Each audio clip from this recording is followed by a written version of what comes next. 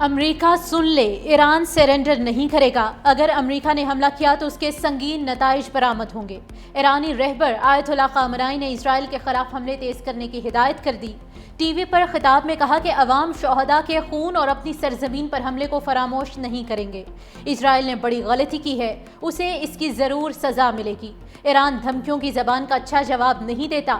دوسری جانب ایرانی آرمی چیف جنرل موساوی کی بھی اسرائیلی شہریوں کی وارننگ۔ کہا اسرائیلی شہریوں نے زندگیاں بچانی ہیں تو تل ابیب اور حیفا فوری خالی کر دیں۔ اسرائیل کو اصل سزا دینے والا آپریشن جلد شروع ہوگا۔ ترجمان ایرانی وزارت خارجہ کا کہنا ہے کہ کسی تیسرے ملک نے جنگ میں مداخلت کی تو یہ جنگ پورے خطے میں پھیل جائے گی۔ ہمیں یقین ہے ہمارے ہمسایہ ممالک امریکہ کو حملوں کے لیے اپنی سرزمین استعمال نہیں کرنے دیں گے۔ ایران روس سمیت تمام ممالک سے رابطے میں ہے۔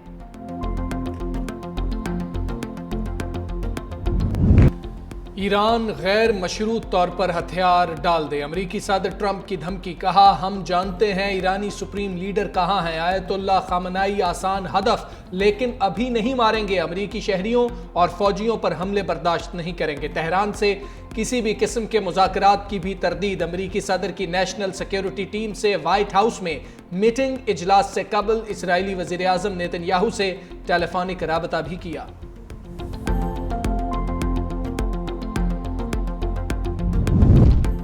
امریکی نائب صدر جے ڈی وینس کا ایران کے خلاف ممکنہ فوجی کارروائی کا اشارہ۔ سوشل میڈیا پر کہا ایران کا یورینیم افزودگی پروگرام ختم کرانے کے لیے ٹرمپ مزید اقدامات کر سکتے ہیں۔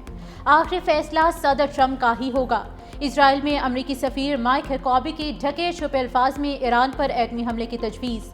صدر ٹرمپ کے نام پیغام میں کہا آپ کا فیصلہ تاریخ ساز ہو سکتا ہے۔ جاپان پر ایٹمی حملہ کرنے والے صدر ٹرومن کا حوالہ بھی دیا۔ ادھر امریکی محکمہ خارجہ نے ٹریول ایڈوائزری جاری کرتے ہوئے کہا کہ امریکی شہری کسی بھی صورت ایران اور عراق کا سفر نہ کریں۔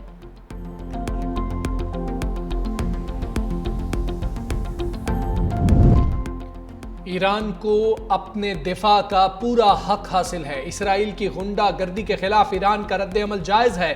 ترک صدر اردوان نے کہا ایران کا دفاعی اقدام قانونی، فطری اور جائز ہے۔ نیتن یاہو خطے کی سلامتی کے لیے سب سے بڑا خطرہ ہے۔ نیتن یاہو ہٹلر سے بھی آگے نکل چکے ہیں۔ غزہ میں نسل کشی کے مرتکب ہو رہے ہیں۔ روسی نائب وزیر خارجہ نے کہا امریکہ اسرائیل کی فوجی مدد سے باز رہے۔ روس نے بھی امریکہ کو خبردار کر دیا۔ ایران کے خلاف جنگ میں امریکی مداخلت سے مشرق وسطی کی صورتحال بگڑ سکتی ہے۔ اسرائیل کو فوجی سپورٹ دینے سے خطہ مزید غیر مستحکم ہوگا۔ سرگئی ریابکوف بولے اسرائیل کی مدد کا سوچنا بھی خطرناک ہے۔ روس، ایران اور اسرائیل دونوں ممالک سے رابطے میں ہے۔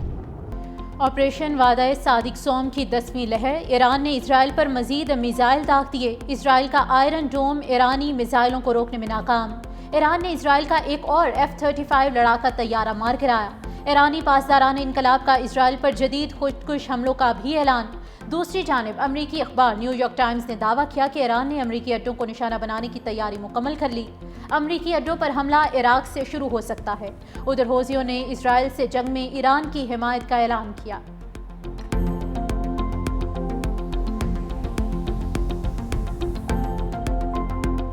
اسرائیل کا ایرانی صوبے اصفہان پر ایک اور حملہ۔ شمالی اور مغربی علاقوں میں دھماکے، شہادتوں کا بھی خدشہ۔ اسرائیلی وزیر دفاع کی ایرانی سپریم لیڈر کو دھمکیاں۔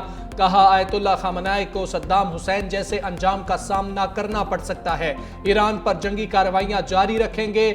فردو یورینیم تنصیب بھی ہمارے نشانے پر ہے۔ دوسری جانب امریکہ نے ملٹری ریفیولنگ جہازوں کی بڑی تعداد مشرق وسطی بھیج دی۔ امریکی فضائیہ کے 30 طیاروں کی یورپ کی مختلف ایئر بیسز پر لینڈنگ۔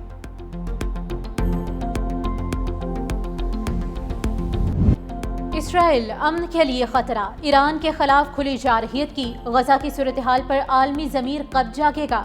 وزیر اعظم کا عالمی برادری سے کردار ادا کرنے کا مطالبہ۔ وفاقی کابینہ سے خطاب میں وزیر اعظم شہباز شریف کا زرعی ٹیکس نہ لگانے کا اعلان۔ کہا IMF کو بتا دیا تھا زراعت پر ٹیکس نہیں لگنے دیں گے، خوشی ہے انہوں نے یہ بات مان لی۔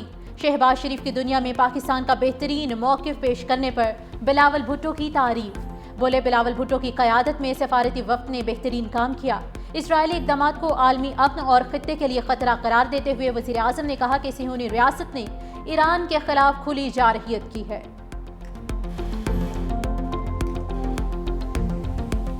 آج کل جو صورتحال ہے خطے میں ایران اور اسرائیل کے حوالے سے انتہائی افسوسناک ہے، اور پاکستان نے بھرپور مذمت کی ہے، برادر ملک ایران کے خلاف کھلی جارحیت کی ہے۔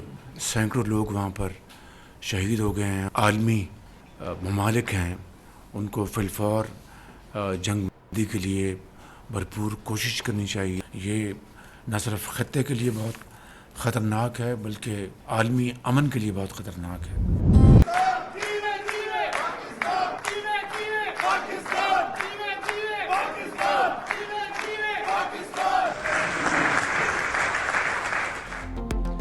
پاک امریکہ تعلقات میں بڑی پیش رفت۔ امریکی صدر ڈونلڈ ٹرمپ آج فیلڈ مارشل عاصم منیر کے اعزاز میں ظہرانہ دیں گے۔ ڈونلڈ ٹرمپ سے اہم ملاقات بھی ہوگی۔ ترجمان وائٹ ہاؤس کے مطابق field marshal general Asim Munir کے اعزاز میں ظہرانہ کیبنٹ روم میں دیا جائے گا۔ ظہرانے میں امریکی نائب صدر جے ڈی وینس، ٹرمپ انتظامیہ کے اہم عہدیدار شریک ہوں گے۔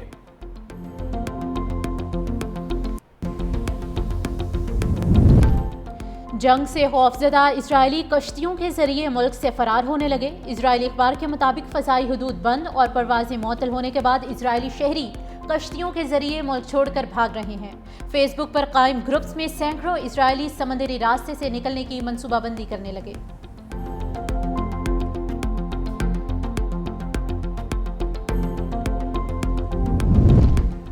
ایران میں پھنسے ہم وطنوں کو لے کر پی آئی اے کی پہلی خصوصی پرواز اشک آباد سے اسلام آباد پہنچ گئی۔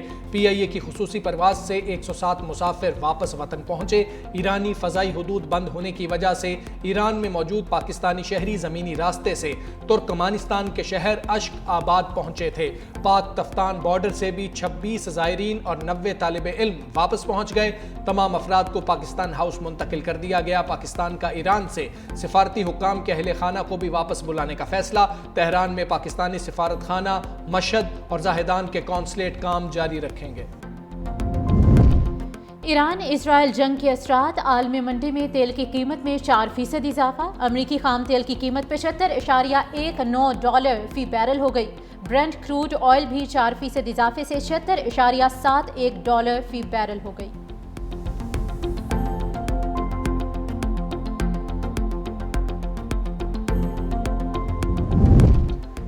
چین نے ایران کی خود مختاری اور سلامتی کی حمایت کر دی۔ صدر شی جن پنگ کہتے ہیں اسرائیل کی فوجی کارروائی نے خطے کو بحران میں ڈال دیا۔ اسرائیل پر واضح رد عمل اور خطے میں امن کے لیے فوری اقدامات کا مطالبہ۔ قطر اور روس کی بھی ایران اسرائیل جنگ کے خاتمے کے لیے ثالثی کی پیشکش۔ فرانس نے طاقت کے ذریعے ایران میں حکومت تبدیلی کی مخالفت کر دی۔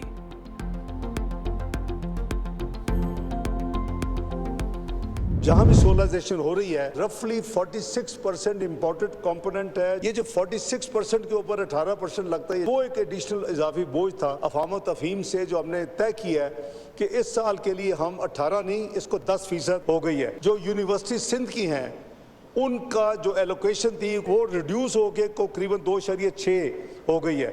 تو میں اپنے ساتھیوں کو جنہوں نے اپنی تقریروں کا ری ایشور کر رہا ہوں کہ it will be restore to the original figure of 4.7 billion.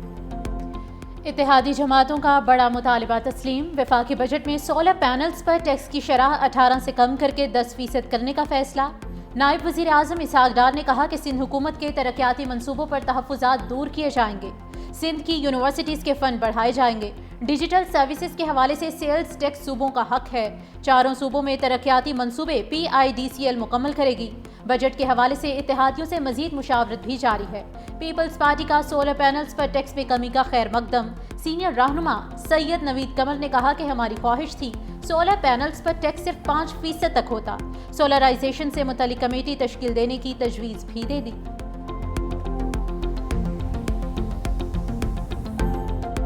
جو سولر کا 18% لگایا گیا تھا وہ 10% پہ لے آئے ہیں۔ ہم چاہتے تھے کہ کم از کم اس کو 5% پہ رکھا جائے۔ ایک کمیٹی بٹھائیں جو بیٹھ کے اس کو فردر ریڈیوس کرنے کے لیے تجاویز دے تاکہ ایکچوئل افیکٹو جو کاسٹ ہے آف سولرائزیشن وہ اور بھی ہم کم کر سکیں۔